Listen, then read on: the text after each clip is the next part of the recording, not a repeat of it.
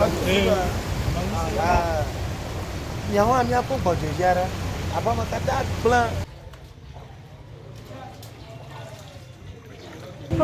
done, so people stop putting their garbage in the crevices and gutters and under culverts and so on, so the water can have a free movement.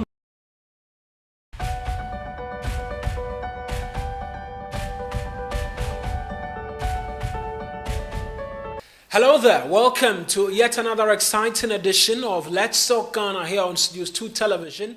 This is the show where we put Ghana first in all of our conversations. I am your host, Eric Mawina Egbert, and on today's edition of the show, we're taking a trip to Ketu South because major part of the municipality and the constituency has been inundated by flood waters. It's affected schools, education, and livelihood of individuals in the community. We take you there, see exactly what's happened, hear from the residents who say NADMO has not been helpful in alleviating all of the sufferings currently. And then we hear from the special prosecutor as well later on today's edition of the show, because he says that no government official can influence him in the line of his work in the wake of the arrest of Professor Frimpong Boateng and the 2 million cedis bail which was slapped on him after his arrest. Much later though, James Jachikwesin has been campaigning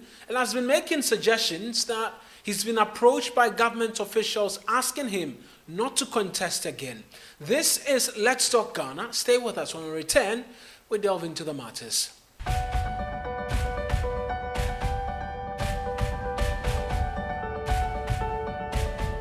You're welcome back to Let's Talk Ghana. Let's start today's edition of the show in the Ketu South municipality. You can say the constituency as well, and you'll not be entirely wrong, because heavy rains there has left major part of the community inundated with flood waters.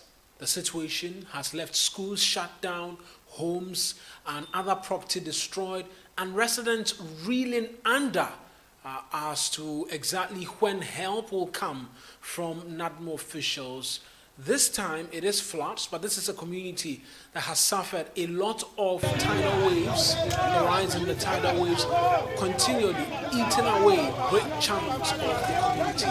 Let's take you to Ketu South Municipality and see for yourself exactly the extent of damage, and then hear from some of the residents who've been bemoaning the inability of NADMO to readily assist them, particularly in the Agbozume community.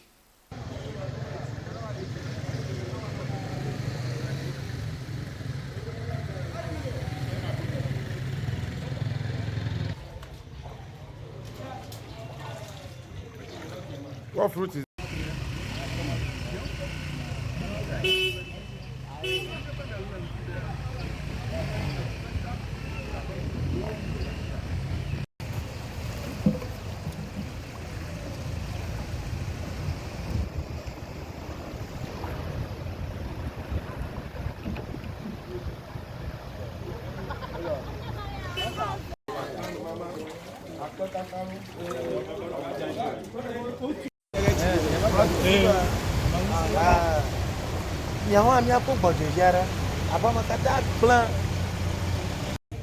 I said the water can marry up every place in the Agbozume area.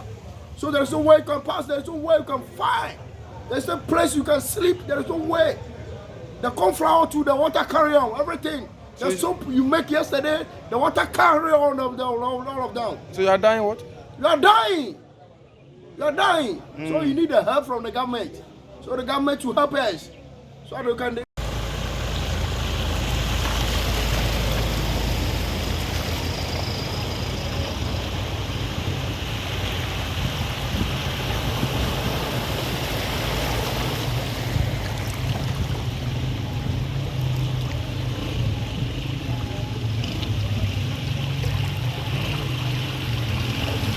I'm very ready, man. Speak loud, speak loud. I'm very ready, man. Okay, so tell me the situation. Yes. Currently, we are having this drainage system here because as it rained over the night, we are facing difficulties, even rooms where we have been sleeping. you have to pack out from our rooms and then go out. You have to pack out from our rooms and go out and then go and find another place. So this morning, I am the concerned youth general secretary of Akufo-addo Corp. So I have to organize my boys. We go out this morning and then find a solution to the problem, because we are not going to blame anybody. It is ourselves, how we do our buildings. So I've decided to call upon the town boys, any concerned person. Okay, listen.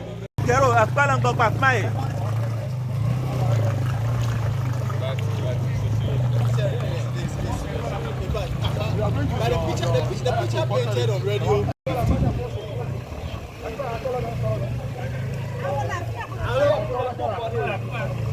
We are working with the radio station,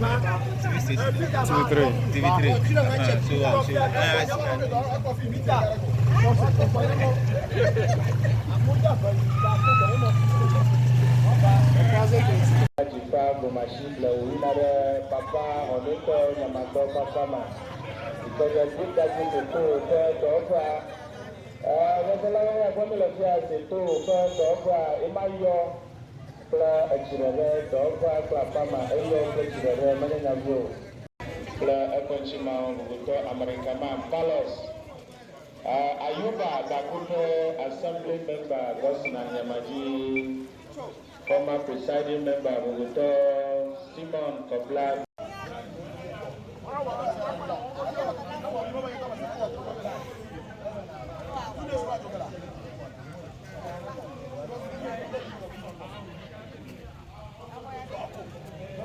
Right then, and so the extent of damage quite well captured in those videos. The member of parliament for the area, Ablajifa Gomashi, she's just been appealing to corporate Ghana to come to her aid and to help her residents manage these difficulties. Let's hear from here as well. Flooded. But I'm at my wit's end as to what to do. I want to urge Ghana, corporate Ghana, please come to my aid, please. And the states, government, President Akufo-addo, Vice President Baumia, Minister for Housing, Minister for Roads, Minister for Gender. I am calling all of you to come to my rescue.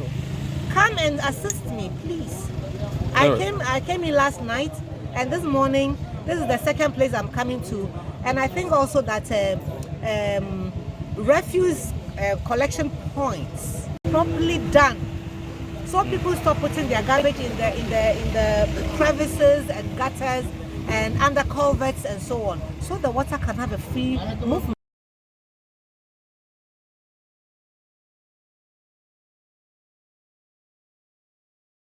So that's the member of parliament for Ketu South, Ablajifa Gomashi. Let's get on the phone lines now. Max Olugodo is the MC for the area. Let's try and get an understanding from him as to what the assessment of the situation is. Mr. Olugodo, many thanks for speaking to us. And so there's been flooding in the municipality. What's been the assessment report as you've received? Thank you so much. Actually, I want to take the opportunity to greet your cherished listeners or viewers. The situation in Ketu South is now worrying. I went around myself with the presiding member last week and this week too. As I'm talking to you now, the member of parliament, Akufo-addo, is also going around. And tomorrow we'll continue to see the situation, how or what we can do to resolve it. Most of the areas, especially the school, what happened was it's not only the raining water. There are water from other sources. Recently, we realized that some are coming from the lagoon. You know, when you go to those places, they are surrounded by lagoon. Yeah. So myself and the NADMO director, we went to some of the places. We were able to provide some tools. For instance, shovel and all for us for the area people to be able to create a path for the flooding water to flow into the lagoon. Some of the areas we are thinking of using heavy equipment, heavy machines, excavator, to create a path for the water. But as the way it's raining, those machines cannot work. So we're just managing the one we can do now and see what we can do later on to help the people. But I'm discussing with the MP to see those who are heavily affected, we can quickly get some place for them to lay their heads for the time being. Right. We've heard from some of the residents who say that NADMO has not been entirely so helpful. Is that the case? Because I heard you mention that you've been in contact with the NADMO director for the area as well. How difficult has it been in providing relief for some of these heavily affected areas like Agbozume? Yes, it's not only Agbozume alone that is affected. There is another place called Agbaweme. When you go, it's around the Togo and Ghana border. When you go to the flood is coming from Togo side. So I said, looking at the landscaping, it seems we are a little bit down. So the flood is coming from Togo side. I had to quickly go and invite the Ghana ambassador to Togo to come, and we went around that place. That place, some of the residents are even having these mud houses. So because of the flood, most of them are collapsing. So quickly, myself and Nad, we have to organize some funding for them to quickly get a place for them to rent for the time being. Right. So actually, that is what we are going to do with the other side. In case some of the citizens are seriously affected, that they need a quick place to lay their head, I think we quickly put our resources together. That's why, luckily, the MP2 is around. So we're discussing what we can do as quickly as possible to save the situation. No casualties reported as a result of this flood, I believe. No, God so merciful to us for now. No. But a number of schools have been affected, which has resulted in their shutting down. Is there plans in the immediacy for some of these schools? Yes, I was there myself, and I also advised that the kids, the younger ones, shouldn't go to school. But the GSS, those who are about to write exams, they should. Myself, with the assembly member and the community elders, we get in a place for them that they can be going for classes for the time whilst we resolve the situation. Right. We know this is just flood, and your community or your municipality has been suffering as well. The tide rises, which is fast eating away part of the community. It just looks like you're not getting any relief at all from water-related disasters. Yes, actually, there was a plan for it to dredge the lagoon. You know, if you know Kepsab very well, we are surrounded by lagoons. Yeah. And when I came, there were a lot of people who were trying to fill some water places to build houses, and I had to stop all of them. Some of the houses, we have to break them down. There was a plan for us to dredge the lagoon before the rain sets in.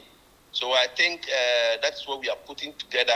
As quickly the rain stop a bit, we'll do whatever document we have to do. Actually, we processing the documents. You know, it's a water body. You can't just go and start dredging. Right.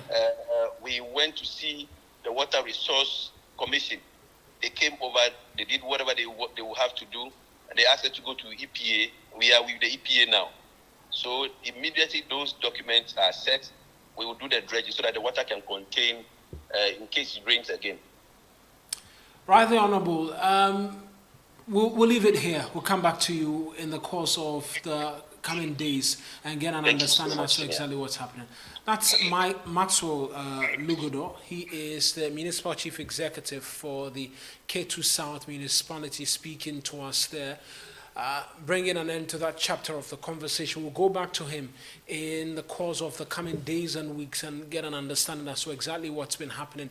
But in other matters, the special prosecutor, Kisie Jabin, has been speaking, and he's been very vociferous and categorical that he cannot be under the control of any person in government. It follows the arrest and subsequent bail of the former Environment, Science and Technology Minister, Professor Frimpong Boateng, whose 36-page report has led to heightened calls for an open investigation into activities of illegal mining and persons named within the report. Well, his arrest, which came off on the 15th of May, many described as quite timeous, considering the time or the circumstances surrounding his arrest Well, the special prosecutor, whose office caused the arrest, has been speaking in an exclusive interview with Accra-based Joy News. We're just going to go and get excerpt of it, and then we return for just brief commentary. The OSP, at least since I have been in charge of it, is not a weapon for settling scores. The OSP does not settle scores. The OSP does not settle scores on behalf of people and for people. You think no one offended me before I became the special prosecutor?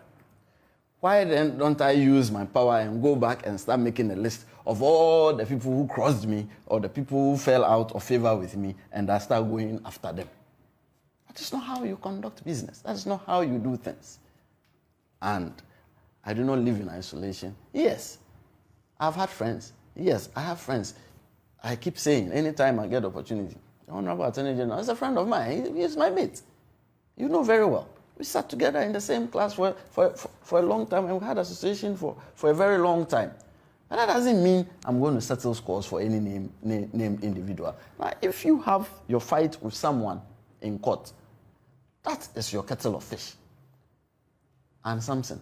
It is because of such suggestions. That's why I characterize the timing as a luckless, one of luckless coincidence. Maybe if on my list in October 2022, I had called the professor first on my list, we wouldn't be saying this, would we?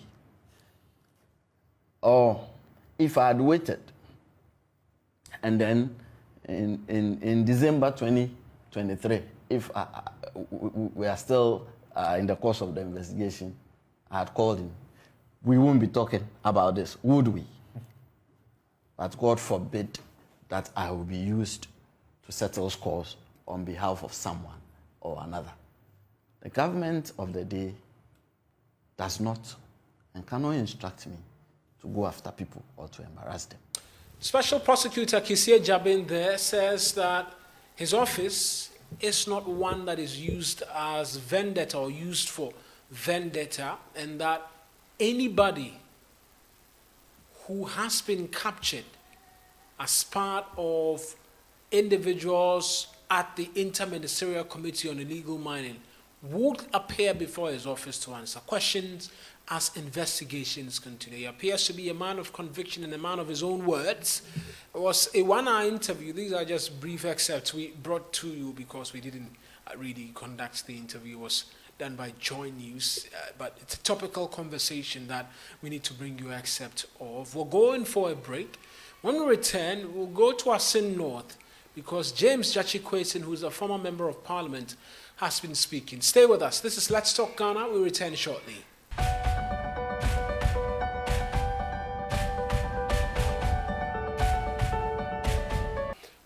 You're welcome back to Let's Talk Ghana here on Studio 2 Television. This is the show where we put Ghana first in all of our conversations. Just before the break, I mentioned that we're taking you to Asin North because there's been active, vigorous campaigning there.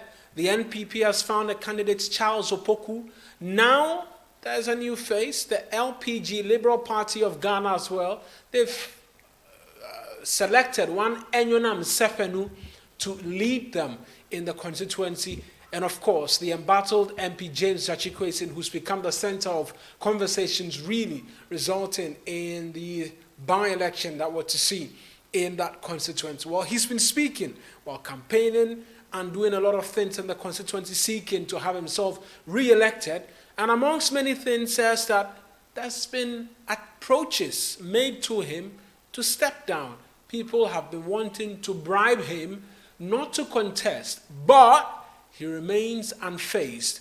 Here's James Jachikwesin speaking to some supporters of the NDC in the Asin North constituency.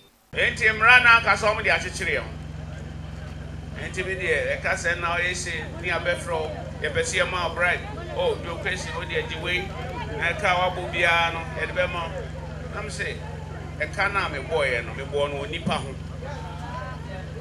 me de to corona virus so nneɛma de bae a me de ba be hyire nkrofo nkwa me be too well a me yɛ no nkrofo nkwa me be yɛ light and nipa enti sa o ka chia me se maboka wona wo dwi se maboka me nyo kwesi me moka enti o ma de fefe mu amu se da bi papa yi ka hwe on ti ase me so me gina we me se ma dwen ye normal pa na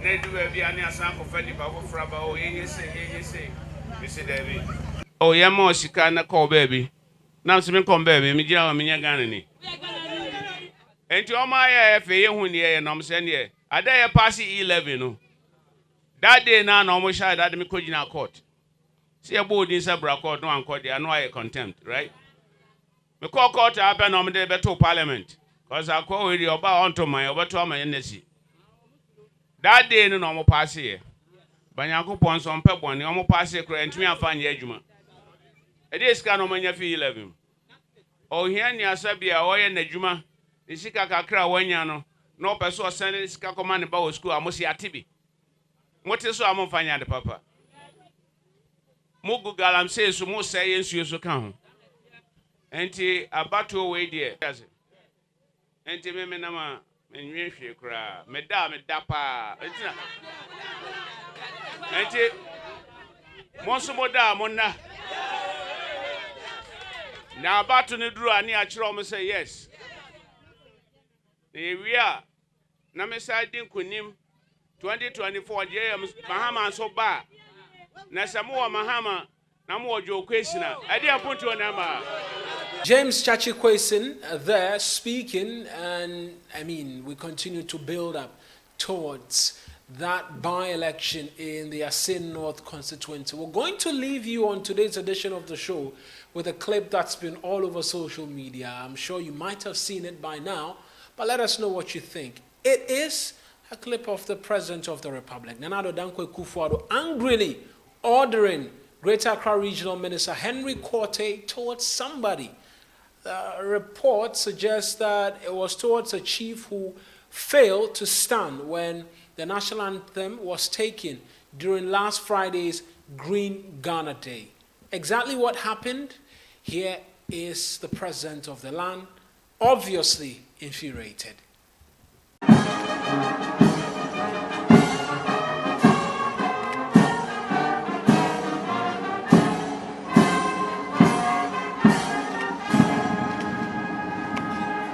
Thank you. Kindly take your seats.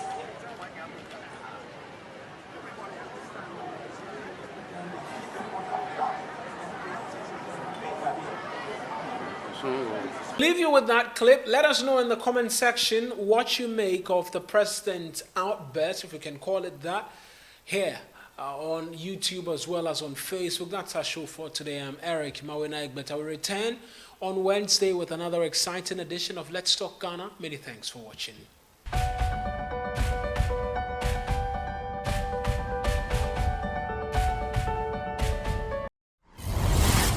Studios 2 TV. The truth is here in your eyes.